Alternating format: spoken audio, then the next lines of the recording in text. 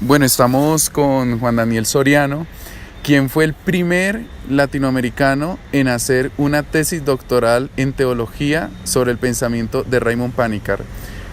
Juan Daniel es chileno. ¿Por qué no nos cuentas un poco cómo fue esta experiencia, los acercamientos, cómo se llevó a cabo este estudio? ¿Te sentiste solo, acompañado? Porque es un campo de exploración totalmente nuevo que descoloca. Bueno, esto partió de mi inquietud desde muy joven de estudiar el fenómeno religioso, y que creo que fue eso que me hizo entrar a estudiar teología en la Universidad Católica de Valparaíso.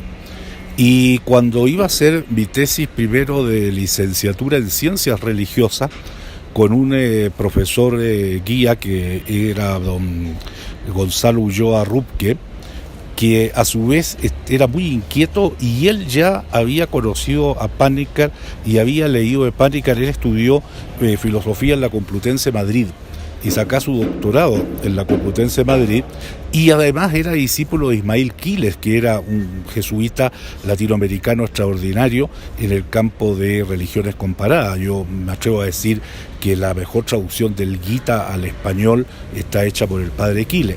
Entonces él me pasó, me recuerdo, el primer libro de Panikkar que yo tuve en mis manos fue El Cristo desconocido del hinduismo, pero lo tenía en inglés, no lo tenía en español. Sí. Por lo tanto, me costó bastante poder hacer la traducción, y de ahí me empezó a gustar el pensamiento de Panikkar. Posteriormente, cuando estudié la licenciatura en teología en la Pontificia Universidad de Salamanca, en España, mi tesis fue sobre hinduismo y cristianismo, diálogo en torno al pecado original. Y para acercarme al plano interreligioso volví a leer a Panikkar. Y ahí conocí ya Religión y religiones, autonomía de la ciencia, y también una serie de otros artículos antiguos que aparecían en la biblioteca de Salamanca. Y cuando llega el doctorado, entonces ya estaba seducido por el pensamiento de Panikkar, y ahí se me ocurrió hacer la idea de religión y revelación en el pensamiento de Panikkar. No fue fácil, porque había bastante resistencia en esos tiempos al pensamiento de Panikkar. Algunos creían de que no era necesario ni importante hacer un trabajo sobre Panikkar. En América Latina no pasaba nada porque era ampliamente desconocido.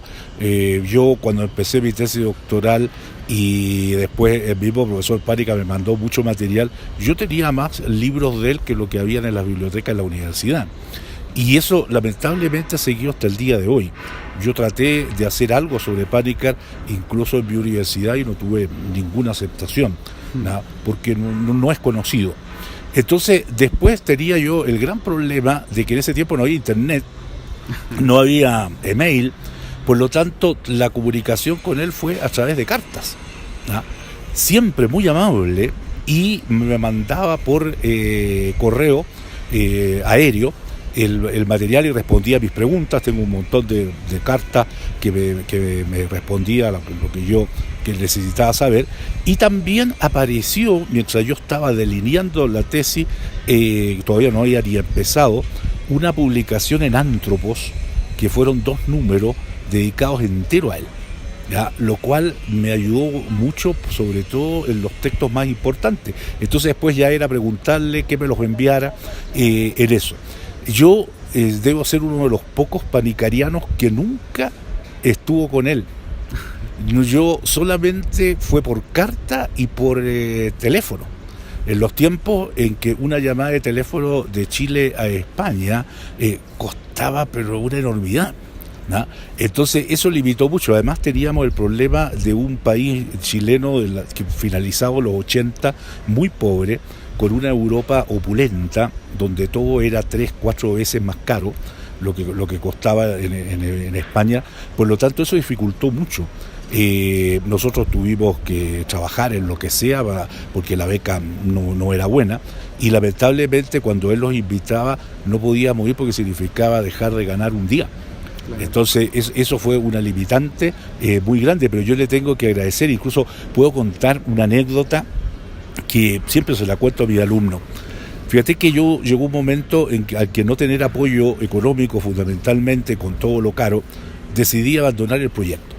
¿Por qué? Porque me llegó una carta de la universidad en que decía que yo tenía que presentarme a más tardar en octubre del 95, si no la tesis mía ya pasaba y quedaba fuera. Y habían sido ya 4 años de trabajo, de tesis, más encima trabajar. No había nacido un chico que después tuvo una serie de enfermedades que significó un gasto tremendo, y me recuerdo que le hago unas últimas preguntas y le digo al final: bueno, maestro, muchas gracias por todo lo que usted me ha ayudado, todo lo que me ha enviado, pero yo hasta aquí nomás llego. Bueno, y me llega la carta de vuelta, parte como siempre mi querido Juan, y empieza a responderme todas las preguntas que yo le había hecho, que me recuerdo que eran sobre Schleiermacher, fundamentalmente, sobre Jacobi, sobre Hegel. Y termina y me dice un abrazo, todo lo demás, y abajo me coloca postdata. Juan, te recuerdo que las principales y más grandes obras se han escrito en los campos de batalla, en las cárceles y en circunstancias nada buenas. Fíjate que eso fue como una inyección de fuerza que me llevó, ¿cómo se llama?, a levantarme y a terminar la tesis. Bueno, es feo que yo lo diga, pero fue catalogada como sobresaliente en la facultad, y hasta el día de hoy todavía se acuerdan de mi trabajo con Panikar. Y debo reconocer el apoyo de mi maestro, que no era panicariano, Adolfo González Monte, actual obispo de Almería y el encargado de la fe de la Conferencia Episcopal Española. Y también, como no, a mi censor de mis 2 tesis, el gran amigo Javier Picasa, que fue quien fue mi censor en la tesis, y tuve el apoyo en eso de la facultad con mucha fuerza, y por lo tanto eso lo agradezco hasta el día de hoy. Y de ahí he seguido panicariano. Lo que hago ahora es aplicar lo que aprendí, sobre todo en diálogo interreligioso, y que en la cual estoy trabajando en la Conferencia Episcopal de Chile, fundamentalmente en el hecho de que la religión no es un noema, sino que es una pistis, y que por lo tanto hay que acercarse desde otra perspectiva, sobre todo pensando en los pueblos originarios latinoamericanos.